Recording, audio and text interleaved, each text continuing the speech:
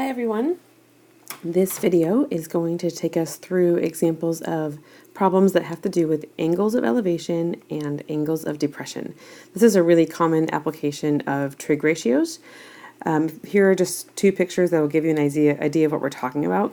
If you're looking at something and you're looking at it up high, up in the sky, maybe something like on top of a building or an airplane up in the sky, and you would be looking at this, which is the angle of elevation. So if the horizontal line here is like the ground and you're looking at something up in the sky,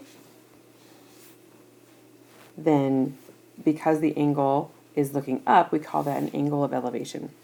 Likewise, you might have something that you're up high, like maybe you're on top of a building, or you are up on top of a lighthouse, and you're looking down on the ground at an object, and the horizon is sort of the horizontal line here, and this angle here is called the angle of depression. So an angle of elevation is the angle formed by the horizontal and a line of sight above the horizontal, and an angle of depression refers to an angle formed by the horizontal and a line of sight below the horizontal. So they should make sense. They seem pretty intuitive, the two names, angle of elevation and angle of depression. Here are just some more pictures to help illustrate that a little more.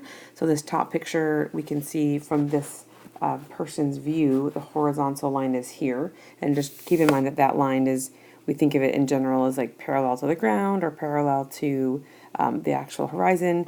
And here we have an angle of elevation looking up at this airplane. And then we also have an angle of depression looking down at this dog. So again, the depression is the angle down from the horizontal, and the elevation is the angle up from the horizontal. In the bottom picture is just one more view of it. We've got this bird and cat looking at each other, and from the cat's view, it's an angle of elevation, and from the bird's view, it's an angle of depression. Here's a question. How do you think the angle of elevation and the angle of depression are related in this diagram? Just take a minute and look at those two angles and think about how they related or how they compare and why. And hopefully you can see that because the horizontal lines are parallel to each other, that these two angles will be congruent in this particular diagram based on alternate interior angles. All right, so let's try a problem. So in this example, an airplane takes off 200 yards in front of a 60-foot building. At what angle of elevation must the plane take off in order to avoid crashing into the building? This is a great real-life example of something that we want to make sure we can figure out to avoid a big catastrophe. So looking at our reference angle of angle X, we can see that the 60 is across from it or opposite, and then the 200 is adjacent to it. So opposite and adjacent, we're dealing with a tangent. So let's set this up as a tangent ratio of tangent of angle X is going to equal the opposite of 60 over the adjacent of 200. So since we know the ratio, this is going to be an inverse tangent problem. So we're going to change this to the inverse tangent of this ratio, and you can always reduce this if you wanted to. So you could change this to 6/20. We could even reduce that to 3/10 if you wanted to. Before you got going, you could do it either way. And then go ahead to Desmos or your calculator and find out what the inverse tangent of 3/10 is.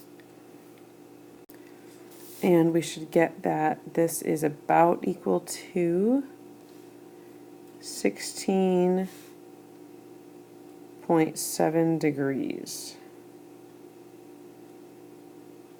So the airplane needs to take off at a 16.7 degree angle or more to get over that building. So maybe to be safe, they should go, a couple of degrees higher than that. All right, here we have a question about a building. So the building is 50 feet high. Let's go ahead and label that. And at a distance away from the building, an observer notices that the angle of elevation to the top of the building is 41 degrees. And we want to know how far is the observer from the base of the building. So we're looking for x in this case. So we already have the angle measure, and 50 is across from that, and then x is adjacent to it. So we have an opposite, and then we have an adjacent. This is going to be another tangent one. So tangent of 41 degrees is equal to 50 over x.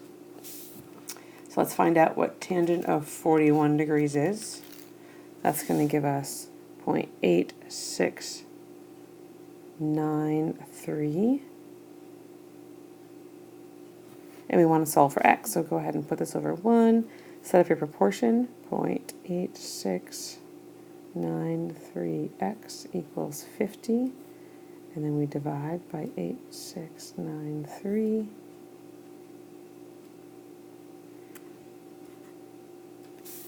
And x is going to be approximately equal to 57.5 feet.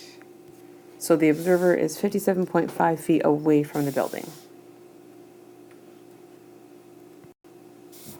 All right, so for this one, we don't have a picture, and sometimes this is the hardest part of these angles of elevation and depression problems, is to figure out what the picture is going to look like. So we have an airplane flying at a height of 2 miles above the ground. Let's start with that. Let's just get a airplane here. I am not an artist, but there's my airplane. And I'm just going to think about my right triangle here. So it's flying 2 miles above the ground, so this is 2 miles. And the distance along the ground from the airplane to the airport. So the airport will be here. And this distance is 5 miles. And what we're looking for is the angle of depression from the airplane to the airport. So this angle coming in here. But remember, an angle of depression is not this angle here. That's not our angle of depression. It's the angle that is compared against this horizontal line. So we actually want to draw our triangle on that side, and this is the angle that we're looking for. That's going to be our theta.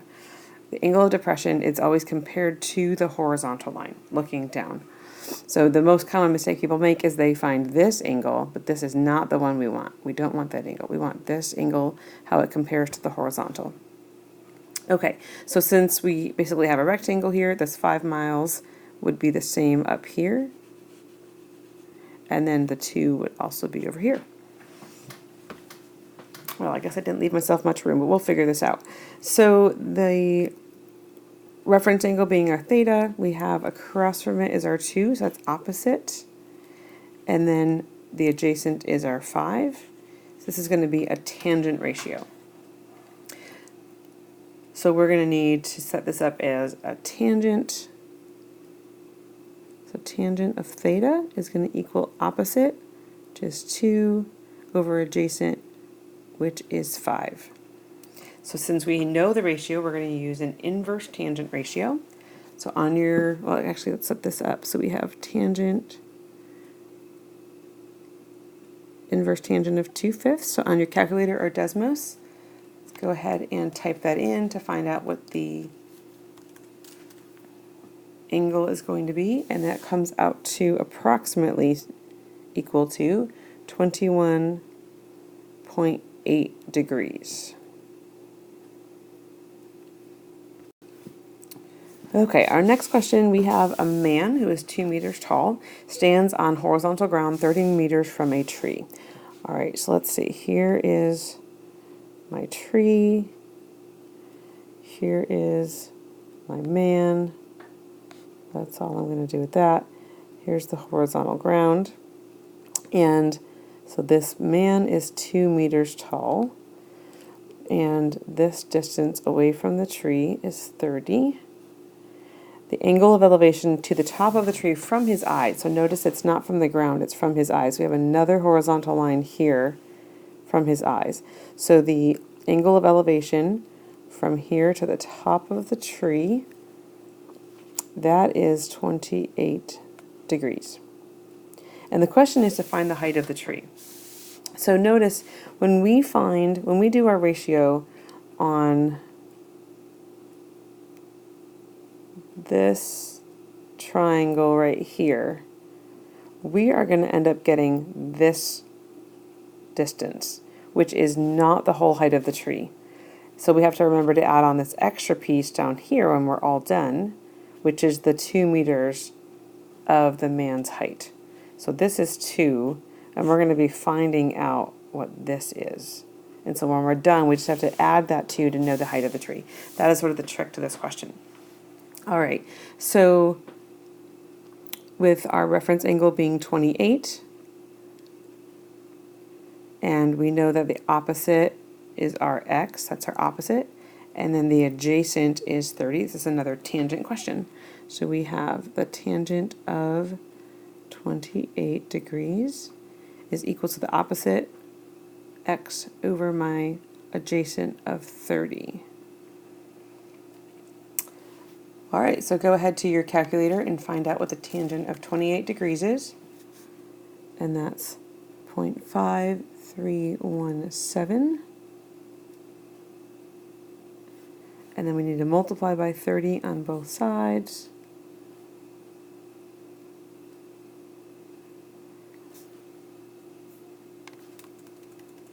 And then we have to figure out 0.5317 times 30.